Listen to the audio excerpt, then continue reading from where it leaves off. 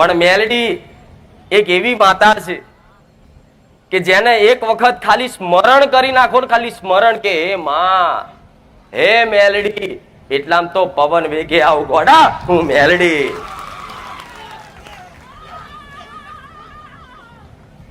પવન વેગે આવું, વીજળીના કડકડાટે આવું, ધરતી ધ્રુજાઈને આવું, હું એ મેલડી છું. ભલે રામ, મોગલ નહીં રામ, ખોડિયાર નહીં રામ, કાળકા નહીં રામ, ચામુંડા નહીં રામ. મને ભગવાને મારવા માટે નહીં બનાવી, મને તો દરેક મનુષ્યને તારવા માટે બનાવી છે. પણ જેને જેવી મારી ઓળખ રાખી ને એવા રૂપે મેં એને દર્શન આલ્યા છે. કોઈએ કીધું કે મહાણી તો મહાણી બની જઈ, કોઈએ કીધી ઉગતાની તો ઉગતાની બની જઈ, કોઈએ કીધી નનામી તો નનામી બની જઈ, કોઈએ કીધી અઢી આખરી તો અઢી આખરી બની જઈ, કોઈએ કીધી મડા ખાવ તો મડા ખાવ મેલડી બની જઈ. પણ હું મેલડી જગતમાં એક જ મહામાયા, હું મેલડી છું. પણ જેના ખાતામાં જેવી મેલડી પૂજાતી હશે, જેવા નોમથી પૂજાતી હશે, એવી દરેકની લાડકી મેલડી ના મારા મેલડીના રામ રામ રામ રામ રામ. હું એક છું પણ અનેકના ઘેર દીવા દીવામાં બેહનારી, હૃદયમાં વસનારી હું મેલડી માતા. આ દરેકના હૃદયમાં વાસ કરતી હોય, દરેકના મુખે મારું નામ આવતું હોય, એવા કઈક દીકરાઓ મારા લાડકા બેઠેલા મારા મેલડીના રામ. આમ હુકમ કરું ને કે મારી બોલાયેલી મેલડી જેટલી મેલડી બેઠી છે તો હજારો મેલડી ઉભી થાય.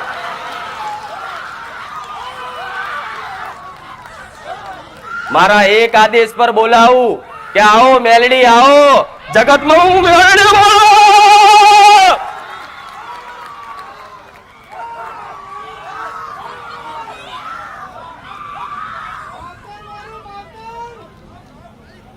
કરંટ વાળી માતા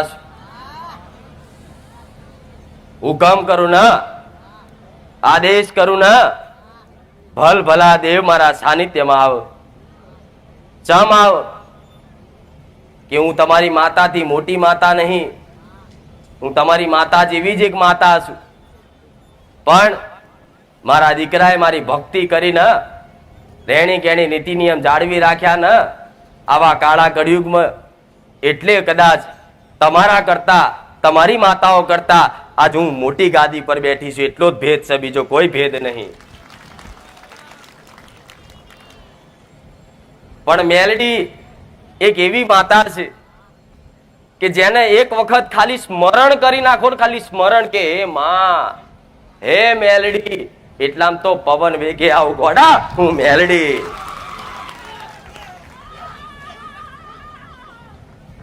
પવન વેગે આવું, વીજળીના કડકડાટે આવું, ધરતી ધ્રુજાઈને આવું, હું એ મેલડી છું. ભલે રામ, મોગલ નહીં રામ, ખોડિયાર નહીં રામ, કાળકા નહીં રામ, ચામુંડા નહીં રામ, અઘોરી નહીં રામ. રામ રામ રામ. ભલે મહાકાળી ને રામ, મારા મહાકાળી નો રામ.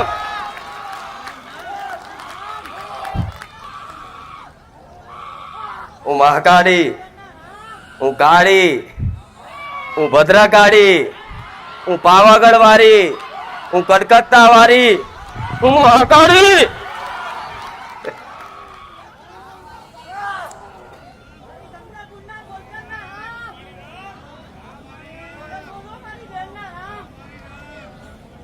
ભક્તો માટે જ મારા મહાકાલી બનવું પડ્યું છે. ભક્તોના ઉદ્ધાર માટે જ મારા હાથમાં ખપ્પર ઝાલવા પડ્યા. ભક્તોના ઉદ્ધાર માટે જ મારા રાક્ષસોનો લોહી પીવા પડ્યા. અને ભક્તોના ઉદ્ધાર માટે જ મારા પતિ જોડે લડવું પડ્યું. આવી હું મહાકાળી.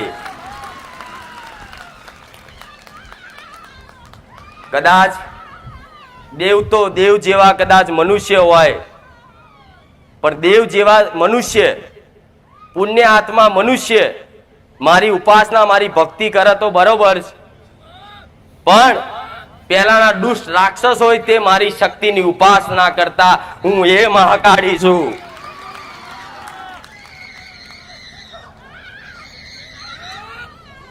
પુણ્ય આત્મા તો મને મોને, પણ દુષ્ટ આત્મા હોય મને મોને.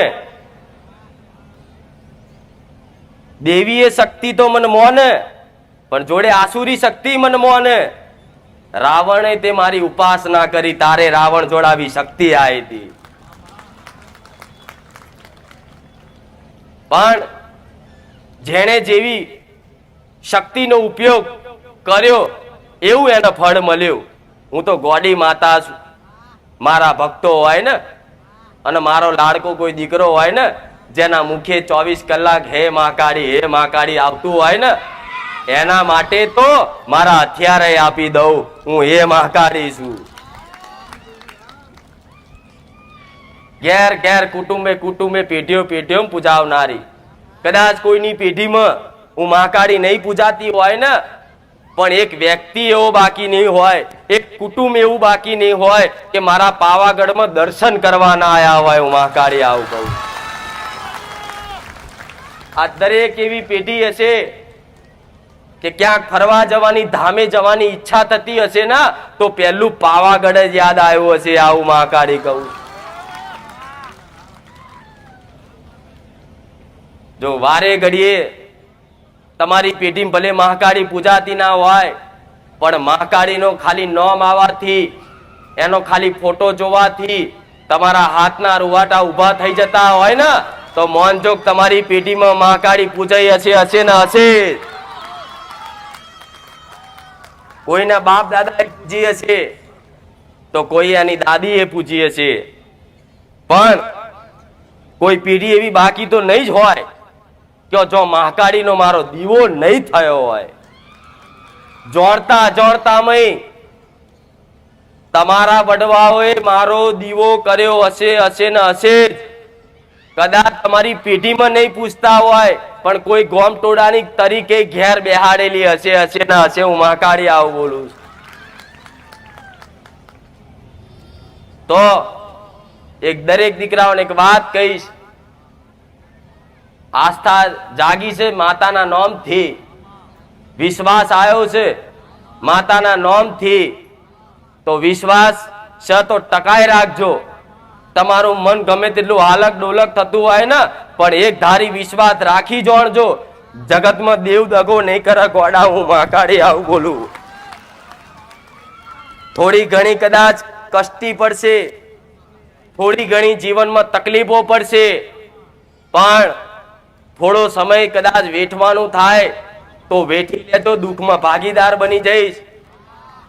તમને ભૂખ લાગી હોય ને, તો ભૂખ મને માતા નહીં લાગશે. તમારે જે જોતું હશે ને એ તમારા માટે પાતાળ ફાડી નહીં લાયા લઈશ. પણ કહેશે સમય ચોગડિયા વગર કોઈ વાત બનતી નહીં, સમય વગર કશું થતું નહીં. જો કદાચ તમે તમારી ભક્તિ તમારી માની કરતા હોય ઘેર, અને તમારી માના અખંડ દીવા રાખતા હોય, 24 કલાક તમારી માતાનું નામ દીધા વગર તમારો દાડો ના જાય, રાત ના જતી હોય, છતાંય તમારા કોઈ કામ ના થતા હોય ને, તો એમ માની લેજો કે આજ અમારો સમય નબળો છે, આજ અમારું કોઈ ચોઘડિયું નબળું છે, તો આજ અમારી માતા અમારું કામ નહીં કરતી. પણ જો કદાચ તમારી માં જોડતી હશે કે આજ સમય નબળો છે, પણ એ કાર ચોઘડિયું કદાચ ફરી ગયું ને અને હારો સમય આવી ગયો ને, તો અત્યાર સુધીની જેટલી ભક્તિનું ભાતું ભેગું કર્યું હશે, બેલેન્સ હશે ને, એટલું બધું ટોપલા ભરી ભરીને આપી દેશે કે લે દીકરા વાપર. તારામ તાકાત હોય એટલું ખા, તારામ તાકાત હોય એટલા રૂપિયા વાપર, તારામ તાકાત હોય એટલી મિલકત લે, તારામ તાકાત હોય એટલા દાગીના ઘરેણા પહેર. તમારી જે મનોકામના જે ઈચ્છા છે ને તમારા શરણોમાં આવશે. આવું મેરડી કહું છું. જેમ મારો દીકરો છે, મારા દીકરાની પરિસ્થિતિ, મારી વસ્તીની પરિસ્થિતિ દુઃખમય હશે જ. પહેલેથી સુખી કોઈ ના હોય. મારી વસ્તીએ પેલા દુઃખ વેઠ્યા જ હશે. એવો સમયગાળો આવેલો કે ચો માગવાન ચો દેવા, કોઈ ઉછીના ના લે, કોઈ વ્યાજે ના લે, એવો સમયગાળો, એવો દાડો આવી ગયો તો.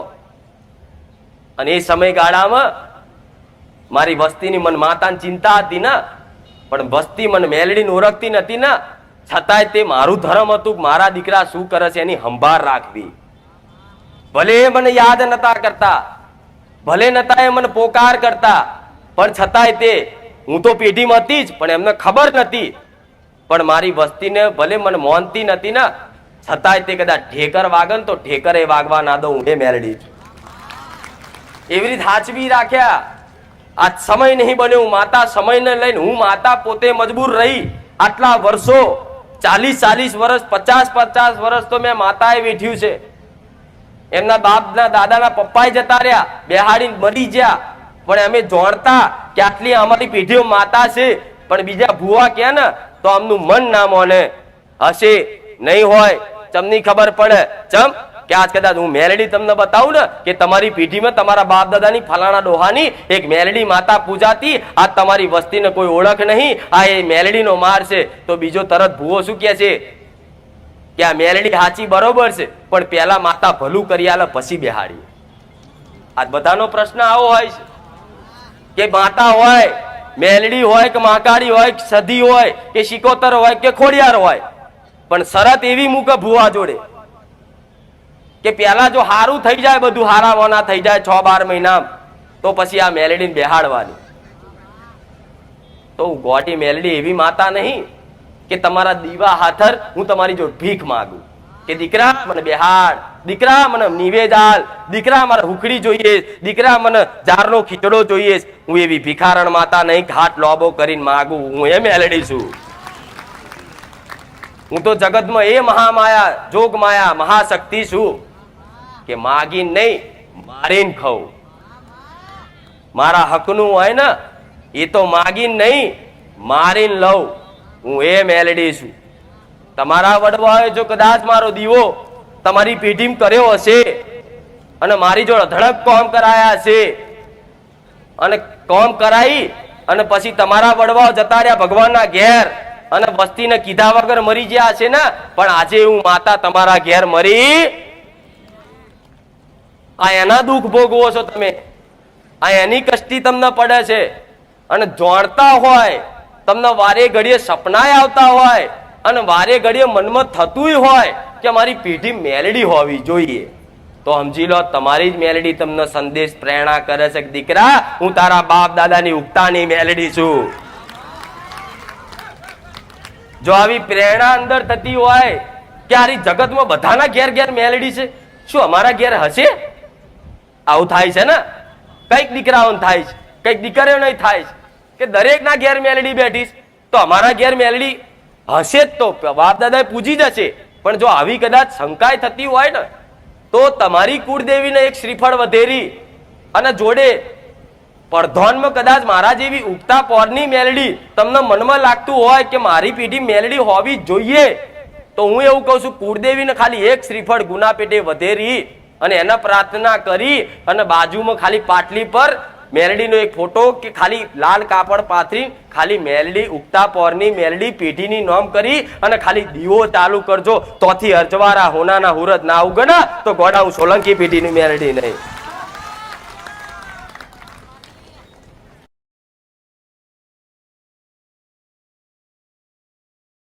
સોદા કરીને દેવ નહીં આલે કે લે હું તને રૂપિયા આપી દઉં, બંગલા બધ્યાલું, પછી તું મને બેહાડજે, પછી તું મને પૂછજે. જગતમાં આવા દાખલા દુનિયા હાલે છે ને, પણ આવું કોઈને બન્યું.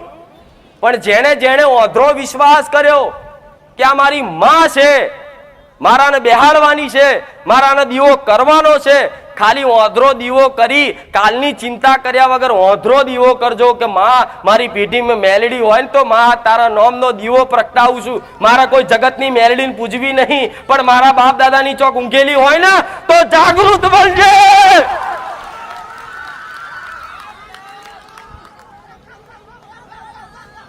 તો જાગૃત બનજે. એટલી બોલતા સેકન્ડે સેકન્ડે ગોડા તમારા ખોડિયા આઈને ખમા મજા ના બોલું ને તો હું મેલડી મટી જાઉં. અમારા દીકરાના અનુભવ કરાયેલા છે. મારા દીકરો દુઃખમાં હતો ને તો દુનિયાથી થાકી ગયો. જેમ તમે બધા અહંકાર લઈને નહીં ફરતા, હું નહીં માનતો ભગવાનને, એવું મારો દીકરો કહેતો પેલા. ચમ કહેતો કે કોઈનું ખોટું ના કર્યું હોય, કોઈનું લઈ ના લીધું હોય, કોઈનું પડાઈ ના લીધું હોય, છતાંય માણસ દુખી થાય ને એટલે ભગવાન માતાજી પર ઓગરી કરે કે એ માતા મેં કોનું બગાડ્યું છે, તાજ મને આટલા દુઃખના દાડા ભોગવવા પડે છે.